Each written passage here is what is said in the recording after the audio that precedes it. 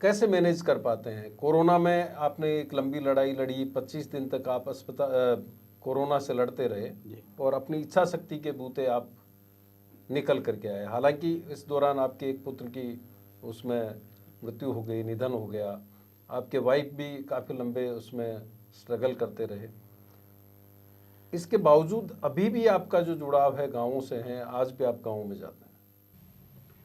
देखिए, मेरा सबसे बड़ी बात है कि मैं कभी घबराता नहीं हूँ, निराश नहीं होता हूँ।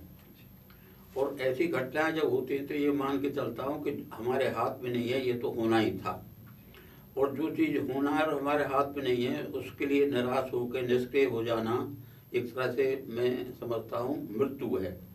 तो मुझे इन घटनाओं का दुख तो होता है, मनुष्य होने के नाते संभव नहीं है कि दुख नहीं हो, लेकिन वो दुख इतना हावी नहीं होता है कि और सारे कार्यक्रम को बंद कर दिया जाए।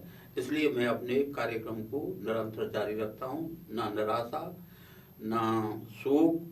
अंत में यही सोचता हूँ कि जब तक जीवन है तब तक कुछ न कुछ हमें करते रहना चाहिए। इसी संदर्भ में आप ये पानी वाली बात को शुरू करूँगा आपको कि भरतपुर में 3 नदियाँ थीं, बाणगंगा, गंभीर और रूपारेल। पहले इन 3 नदियों के मार्फत भरतपुर में पानी आता था। वहाँ का जो सिस्टम था भरतपुर का, लोग कहते हैं वो एशिया में सबसे बढ़िया सिस्टम था। एक बंद के ऊपर दूसरा बंद, दूसरे बंद दूसरा बंद, इस तरह की स्थिति थी। लेकिन 2007 से पहले ये सारे नदियों का पानी खत्म हो गया। तो एक दिन मैंने अखबार में पढ़ा अचानक कि कोटा बैराज का गेट खोल दिए गए हैं और वो पानी समुद्र में चला जाता है। ये बात जब मेरी समझ में आई तो मैं अचानक एक सवाल उठा कि जो पानी समुद्र में जाता है उस पानी को गंभीर नदी में डलवाओ। इसके लिए 2007 में मैं जयपुर आया हुआ था। उस समय गुर्जरों का आंदोलन चल रहा था। उसमें वसुंधरा जी ने सब दलों के लोगों को बुलाया था, मैं भी आया था। जब मीटिंग खत्म हो गई तो मैंने उनसे कहा कि हमारी नदियों में पानी ही नहीं है और कोटा बैराज में जो पानी चला जाता है उस पानी को हमें मिलना चाहिए। तो वसुंधरा जी ने कहा पानी कहाँ है? तो मैंने कहा हम ना कोटा का मांग रहे ना बूंदी का मांग रहे, हम उस पानी को मांग रहे हैं आप समुद्र में छोड़ते हो, जो सरप्लस जो समुद्र में चला जाता है उसे गंभीर में डालो। वो चिट्ठी मैंने उनको दे दी। कुछ दिन बाद उस समय थानवी सिंचाई विभाग के सचिव थे, हाँ, और उस सब वो भरतपुर में कलेक्टर भी रहे थे। उनने भी एक मीटिंग बुलाई और मैं भरतपुर के 2 इंजीनियरों को लेकर, रिटायर्ड इंजीनियरों को लेकर आया उनके पास। एक मीटिंग हुई और मीटिंग में वही सवाल उठा पानी नहीं है। फिर सर्वे कराया गया तो ये पता लगा पानी है और पानी दिया जा सकता है। हम लोग इस सवाल को लेकर दूसरी मीटिंग होने वाली थी, पर फिर गुर्जरों का आंदोलन चल गया, दूसरी मीटिंग नहीं हुई। इस योजना पर थोड़े बहुत दिन काम हुआ, लेकिन अंत में 1.5 बाद कह दिया गया कि अगर हमने इस पानी को देंगे तो मगरमच्छ मर जाएंगे। हमने कहा कि अब संभव ही नहीं है पानी, हम लोग केवल ये कहते रहे हमें पानी दो।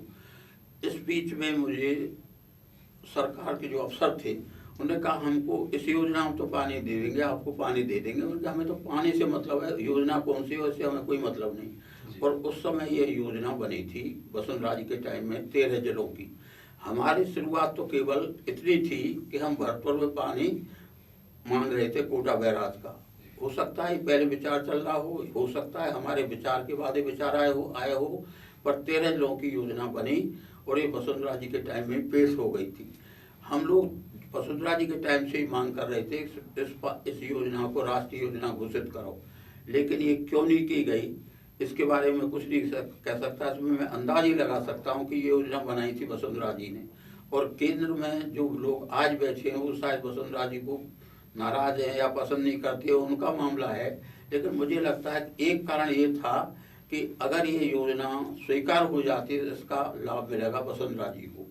अब मेरा अंदाज है ये गलत भी हो सकता है, सही भी हो सकता है, वो योजना स्वीकार नहीं हुई। हालांकि प्रधानमंत्री जब यहाँ आए थे राजस्थान में तो 2 बार उन्होंने इस योजना को स्वीकार करने के लिए संकेत भी दिए थे चुनावों में। वैसे इस योजना अब जो बहाना बना रहे हैं मध्य प्रदेश से सहमति लो, तो जब ये योजना बनी थी उस समय मध्य प्रदेश उसमें शामिल ही था, सहमति का सवाल ही नहीं है। दूसरे उसमें नियम ये है 10% पानी अगर दूसरे राज्य का लिया जाएगा तो उसके लिए कोई उस सहमति की जरूरत नहीं है। तो हम जो पानी ले रहे हैं दूसरे राज्य से 10% ले रहे हैं और हम 10% दे रहे हैं, तो मध्य प्रदेश ने तो 10% हमारे पानी को लेकर योजना भी शुरू कर दी, काम भी शुरू कर दिया। और हम लोग जब ये चाह रहे हैं कि इस योजना को स्वीकार करो, तो इस योजना के बारे में वो कहते हैं मध्य प्रदेश से सहमति चाहिए। और दूसरी वो ये बात कहते हैं कि योजना बननी चाहिए 75% के आधार पर।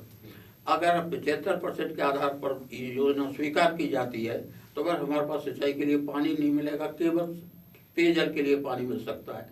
जबकि दक्षिणी भारत की कृष्णा कावेरी नदी में इससे कम पर भी स्वीकृति दी जा सकी है। 17 राज्यों को स्वीकृति दी जा सकी है, यहाँ स्वीकार नहीं की जा रही है। इस योजना की विशेष बात यह है कि मुख्यमंत्री बने थे अशोक गहलोत। उस दिन बाई चांस मैं गया था मुलायम सिंह से मिलने, शाम का टाइम था, ना मेरा से कोई संपर्क था सालों से, ना कोई मतलब था। तो अचानक इनका टेलीफोन आया। अखबार मैंने पढ़ लिया था कि आज वो नेता बन गए हैं। मैंने कही बधाई है। तो मैंने कहा हुआ मैं जब दिल्ली में हूँ, और मैं भी दिल्ली में हूँ। फिर ने कहा मिलोगे, मिलने की बात कही। तो मैंने क्या आप जोधपुर हाउस में? तो उन्होंने कहा नहीं, जोधपुर हाउस नहीं है, हमारा वार रूम है। इन्होंने जो जगह बताई, उस समय मैं उनके पास गया। उनके उस समय जो प्रभारी थे उस समय के, वो इनके पास बैठे थे। तो मैंने इनसे शुरू में एक ही बात कही कि आप राजनेता का दिमाग रखना। इनके मतलब ये है कि ये योजना है पानी की 13 जिलों के लिए। आपने जो योजना बनाई थी उसकी, जिसको वसुंधरा जी ने रोक दिया था, कहीं उसके बदले में आप इस योजना को मत रोक देना। इन्हें इस योजना का पूरा पता भी नहीं था, होगा तो मुझे पता नहीं क्या था। इनने मेरे सामने ही टेलीफोन किया कि मैं आ रहा हूँ जयपुर, इस योजना के बारे में बताओ। तो इसका सबसे अच्छा बात ये रही कि गहलोत साहब ने उस दिन से ये योजना पर काम शुरू कर दिया। और अब तो उन्होंने ये घोषणा कर दी है कि चाहे केंद्र मदद करे या नहीं करे, हम इस योजना को पूरा करेंगे। उसके लिए बोर्ड भी बना दिया और अब के 10 अरब के करीब उसके लिए बजट भी सैंक्शन कर दिया है। ये योजना ऐसी है कि अगर ये 13 जिलों में जाएगी तो पेयजल, सिंचाई और उद्योग तीनों को पानी मिलेगा। लेकिन आज बीजेपी एक नारा लगाती है कि हिंदू हित को बात करेगा वही देश पर राज करेगा। मैं बीजेपी वालों से पूछता हूँ कि आप इस योजना को लागू करके, नहीं लागू करके आप तो हिंदुओं का हित कर रहे हो, क्योंकि इन क्षेत्रों में 90% हिंदू हैं जिनके खेत में पानी जाएगा, पीने को पानी जाएगा। वैसे भी मुसलमान के बजाय हिंदू व्यक्तिगत जीवन में पानी का ज़्यादा उपयोग करते हैं। तुलसी को पानी देते हैं, बर को पानी देते हैं, केला को पानी देते हैं। वो तो खाली हाथ धो के मस्जिद में चले जाते हैं, नहाते हैं। तो मैंने इस बात को भी कहा है कि ये हिंदू हित के खिलाफ है योजना, अगर आप इसे स्वीकार नहीं करते। मैंने इस संबंध में फिर इन सारे MP से बात की, स्पीकर से भी बात की, सिंचाई जो सचिव शेखावत साहब, इनसे भी बात की। ये उस दिन कलकत्ता में थी, चुनाव चल रहा था। मैंने टेलीफोन पर बात की, इसने मुझे नंबर दिया था। तो इन्हें कहा नहीं, मैं करूँगा कोशिश मध्य प्रदेश को समझाने की। तो मध्य प्रदेश का तो बहाना है, वो तो योजना जब शुरू हुई तब उनकी सहमति थी। इस संबंध में मैंने सब MP से बात की। तो इसमें किरोड़ीलाल मीणा ही एक ऐसा है जिसने इसको उठाया था। दूसरे नागौर से जो MP हैं उनने भी इसको उठाया था। मैंने इन लोगों से ये कहा था, किरोड़ीलाल से, कि तुम सब मिलकर जाओ प्रधानमंत्री पर। तो किरोड़ीलाल टेलीफोन से कहा किसी की हिम्मत नहीं है, हम सब मिलकर चले जाएं। तो ये योजना अब तक राजस्थान की सबसे बड़ी योजना है, सबसे कल्याणकारी योजना है। और हम चाहते हैं कि ये योजना जन आंदोलन बने और ये योजना किसी तरह से सफल हो। उस केंद्र की रुख को परिवर्तन हो या नहीं हो, पर मैं इस बात को बधाई देता हूँ मुख्यमंत्री को। केंद्र की मना करने के बाद वहाँ से चिट्ठी भी आ गई इसे बंद करो, तो भी उसको चालू कर रखा है। ये कदम उनका राजस्थान के हित में सबसे बड़ा कदम है।